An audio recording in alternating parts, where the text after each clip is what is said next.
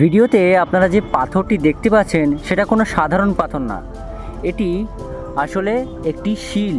এবং এটা কার শিল জানেন? এটা হচ্ছে বেহুলা লক্ষিন্দারের শিল। হ্যাঁ, ঠিকই শুনেছেন, এটা বেহুলা লক্ষিন্দারের শিল।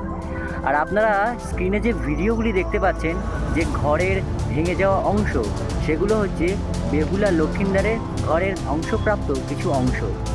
এবং আমি এবারে দেখাবো বেহুলা লক্ষিন্দারের সেই পুকুরটা, যে পুকুরে সে ভগবানদের, অর্থাৎ ভগবান যে দেবতা, তাদের জামাকাপড় কাছ থেকে ইচ্ছে করে ছিঁড়ে দিয়েছিল, যাতে ভগবান বা দেবতা তাকে ডাকে এবং সে নিজের স্বামীর প্রাণ ভিক্ষে চাইতে পারে।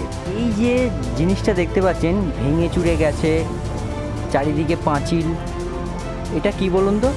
এটা হচ্ছে নীলকুঠি, অর্থাৎ নীল চাষের পর না এখানে রাখা হতো। বিভিন্ন ইতিহাস বইয়ে এই নীলকুঠিরের ছবি কিন্তু পাওয়া যায়।